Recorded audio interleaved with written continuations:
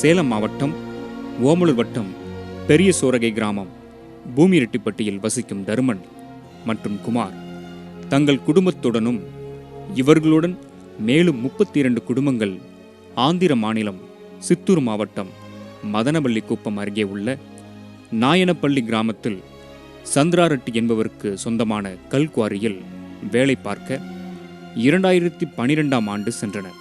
தங்களுடன் 4 டிராக்டர்களையும் எடுத்துச் சென்று கல்குவாரியில் வேலை செய்தனர். நாட்கள் செல்ல செல்ல கடின வேலையும் குறைந்த கூலியும் தரப்பட்டது. நியாயமான கூலியை கேட்டவர்கள் கட்டி வைத்து சித்திரவதைக்கு உள்ளாக்கப்பட்டனர்.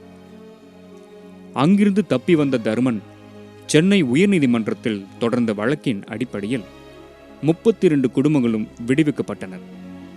ஆனால் அவர்களின் சாப்பாட்டு சாமான்கள், துணி, வேலை செய்யும் உபகரணங்கள் மற்றும் 4 டிராக்டர்களையும் முதலாளி பிடித்து வைத்து தர மறுக்கிறார்.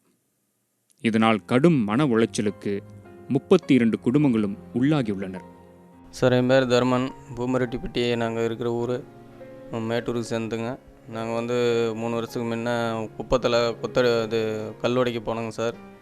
கல்லோடைக்கு போனதுனால எங்களை கொத்தடிமையாக பிடிச்சி வச்சுக்கிட்டு அங்கே கொத்தடிமையாக பண்ணாங்க. அதனால் நாங்கள் சென்னை ஹைகோர்ட்டில் பெட்டிஷன் கொடுத்துங்க. பெட்டிஷன் கொடுத்து கலெக்டர் மூலிமா எங்களை கூட்டிகிட்டு வந்துட்டாங்க. கூட்டிகிட்டு வந்து 4 வண்டி இன்னும் அங்கேயே மாட்டிகிட்டு இருக்குதுங்க. 4 வண்டியும் மாட்டிட்டு கொடுத்தா நல்லா இருக்குங்க, நன்றியாக இருக்குங்க. 4 வண்டி டிராக்டரி நாங்கள் எல்லாம் லோனில் வாங்கினோங்க. ஸ்ரீராம் ஃபைனான்ஸில், தனியார் ஃபைனான்ஸ் எல்லாம் போட்டு. இப்போ அவங்க பெரிய சித்திரவதை கொடுக்குறாங்க எங்களுக்கு. வண்டி டிவி கட்டு எல்லாம் வண்டி விடுங்கிறாங்க. வண்டி மீட்டு கொடுத்தா எங்களுக்கு நல்லாயிருக்கும் சார். அங்கேருந்து மீட்டு வரக்கலாம். ஆளுக்கு 19,000 பணம் செக்கு கொடுத்தாங்க சார். ஆளுக்கு அவங்களுக்கு. அங்கேருந்து வந்தவங்க 8 குடும்பங்க. 8 குடும்பத்தில் மொத்தம் 33 பேருங்க, 32 பேருங்க. 32 பேர்த்தையும் மீட்டுக்கிட்டு வந்து எங்கள் ஊரில் விட்டாங்க. நாங்கள் அங்கேருந்து தப்பிச்சு வந்துட்டுங்க. வண்டி டிராக்டரிங்க அங்கே லோடு ஓட்டுறதுக்கு எடுத்துகிட்டு போனாங்க. 4 வண்டிங்க. 4 வண்டி தர்மங்கிற பேரில் 2 வண்டி இருக்குங்க. சுராஜ் வண்டிங்க டிராக்டரி டைலரு. அதேமாரி கோவிந்தராஜுங்கிற பேரில் ஒரு டிராக்டர் இருக்குங்க, மகேந்திரா. செல்வராஜுங்கிற பேரில் ஒரு வண்டி இருக்குங்க, மகேந்திரா டிராக்டரிங்க. லோடு ஓட்டவை எடுத்துகிட்டு போனதுங்க. அங்கே மாட்டிகிட்டு இருக்கேன். நாங்களும் இங்கே கலெக்டர் மூலிமா நாங்கள் மனு கொடுத்துங்க. கலெக்டருக்கும் தெரியப்படுத்தணும், நம்ம எஸ்பி சாருக்கும் தெரியப்படுத்தணுங்க.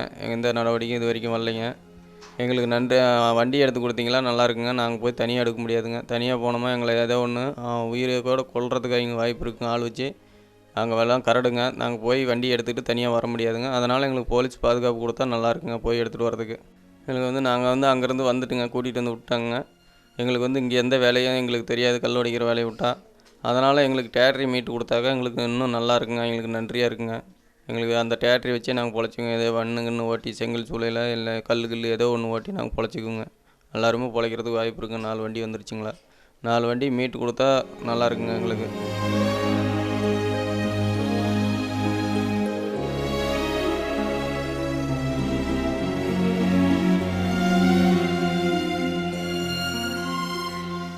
வறுமையின் காரணமாக தமிழக நூற்பாலைகளில் செயல்படுத்தப்படும் நவீன கொத்தடிமை முறையில் சிக்கி எண்ணற்ற சிறுமிகள் தங்களது வாழ்வை இழந்து வருகின்றனர். அவர்களில் ஒருவர்தான். என் பேர் பிரியங்கா. நான் சின்னப்பம்பட்டியில் இருக்கேன், வெள்ளாளபுர கிராமம். நான் 9வது படிக்கிறப்ப மில்லு வேலைக்கு போனேன்.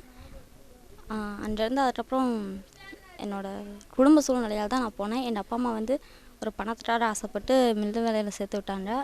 அவங்க மில்லு வேலைக்கு போகிறப்ப அவங்க என்னை அதிகமாக எங்கேயும் வெளியில் அனுப்ப மாட்டாங்க. எங்கள் அப்பா அம்மாட்டையே ஒரு 3 வருஷம் 4 வருஷம் அப்படின்ற மாதிரி ஒரு அக்ரிமெண்ட் மாதிரி போட்டு அமௌண்ட் வாங்கிக்குவாங்க. எங்களுக்கு எவ்வளோ சம்பளம் அப்படிங்கலாம் எதுவுமே தரமாட்டாங்க. நான் ஏதாவது கேட்டாலும் அவங்க நான் உன் வீட்டில் பேசிடுவோம், நீ இங்கேயே தான் இருக்கணும் அப்படின்ட்டு ஒரு ரொம்ப அடிமைத்தனமாக நடத்த ஆரம்பிச்சிட்டாங்க. அப்புறம் 1 வருஷம் அப்படிங்கிறப்ப ஒரு கொஞ்சம் இதாக இருந்தோம். அதுக்கப்புறம் போக போக ரொம்பவே அவங்க சொல்கிறது மட்டும்தான், நான் எங்கேயும் போகக்கூடாது, எங்கேயும் இருக்கக்கூடாது அப்படிங்கிற ஒரு நிலைமையில மட்டுமே நான் இருந்தோம். 9வது படிச்சுட்டு இருந்தேன். திடீர்னு இங்கேருந்து புதுசாக வேறு ஒரு இடத்துக்கு போகணும் அப்படிங்கிறப்ப எனக்கு ரொம்ப கஷ்டமாக இருந்தது. என் ஃப்ரெண்ட்ஸு, நான் படித்த இடம் இதெல்லாம் விட்டுட்டு போகிறதுக்கு எனக்கு ரொம்ப கஷ்டமாகவே இருந்தது. அப்புறம் ஆனால் நான் போகிறப்ப இவங்களை நிறைய சொன்னாங்க, இவங்களோட உனக்கு நிறைய ஃப்ரெண்ட்ஸ் எல்லாம் இருப்பாங்க, நிறையா நீ அங்கே பார்க்கலாம், நிறைய விளையாடலாம் அப்படின்னு சொல்லி தான் கூட்டிகிட்டு போனாங்க. அங்கே போனதுக்கப்புறம் தான் நிறையா கொடுமையாக இருந்தது. அதுக்கப்புறம் என்னால் படிக்கவும் முடியல. ஏன்னா என்னோடய மனசெல்லாம் நான் படிக்கணும், ஒரு ஜாப்பில் இருக்கணும் அப்படிங்கிற மட்டுமே இருந்தது. அதுக்கப்புறம் அங்கே போய் ஏதாவது இங்கே எப்படி இருந்தோனோ விளையாண்டுட்டு சாப்பிட்டுட்டு பேரண்ட்ஸோடலாம் சந்தோஷமாக வந்துட்டு ஃப்ரெண்ட்ஸோட அந்த மாதிரிலாம் அங்கே போய் இருக்க முடியல. ஆனால் அன்று என்ன மாதிரி இருந்த பொண்ணுங்களும் என்னை விட அதிகமாகவே ரொம்ப கஷ்டத்தில் தான் இருந்தாங்க. அங்கே போய் சேர்ந்த உடனே இது வந்து அந்த இருக்கிற இடத்தெல்லாம் கூட்டுறது, அதெல்லாம் துடைக்கிறது அந்த மாதிரி தான் வச்சுருந்தாங்க. அதுக்கப்புறம் பஞ்சள்ளி போடுறது, அந்த மில்லாம் அந்த நூலாக சுற்றுறது, இந்த மாதிரி செய்ய சொன்னாங்க.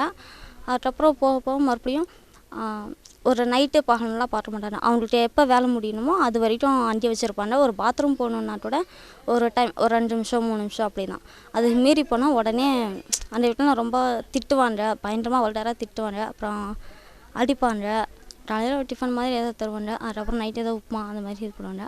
அதே என்னென்னா லெமன் சாதம் அப்படின்னு ஏதாவது தருவாங்க. அதுவும் செய்யறது செஞ்சாலும் அது வந்து கொஞ்சம் நீட்டாக இருக்காது, டேஸ்ட்டாக இருக்காது. நம்ம அதை வந்து இஷ்டப்பட்டால் சாப்பிட்டுக்கலாம். இல்லைனால நம்ம அதை வேறு யார்ட்டையா கம்ப்ளைண்ட் பண்ணலனாலும் இங்கே இப்படி தான் இருக்கணும், இங்கே இப்படி தான் இருக்கணும் அப்படின்ட்டுலாம் சொல்லுவாங்க. ஷிஃப்ட்டு கணக்குன்னு சொல்ல முடியாது சார். அவங்களுக்கு வந்து எப்போ வேலை இருக்கோ அது வரைக்கும் நான் செஞ்சுட்டே இருக்கணும். நைட்டு அதே மாதிரி சரி டைம் முடிஞ்சிருச்சு வீட்டுக்கு போகலாம் அப்படின்னு அந்த ரூமுக்கு போகலாம் வந்து படுத்துடலாம் அப்படின்ட்டு வந்தாலும் அவங்களுக்கு மறுபடியும் எப்போது வேணும்னா 2 மணினாலும் சரி 12 மணினாலும் சரி அவனை வந்து எழுப்பி கூட்டிகிட்டு போயிடுவாங்க. 9வது வரைக்கும் படிச்சுட்டு இருந்தேன். அதுக்கப்புறம் 9வது படிக்கிறப்பயே ஒரு 3 வருஷமாக வந்து மில்லு வேலை செஞ்சுட்டு இருந்தேன். அங்கேருந்து RWTT மூலமாக நான் வெளியே கூட்டிகிட்டு வந்தேன். அவங்க பண்ணுற ஹெல்ப்பால் இப்போ நான் காலேஜ் போயிட்டுருக்கேன். காலேஜ் போயிட்டு சாயந்தர நேரத்தில் குழந்தைகள் அறிவாரோன்ற இடத்துல நான் வந்து ஒரு மோட்டிவேட்டராக ஒர்க் பண்ணிகிட்ருக்கேன்.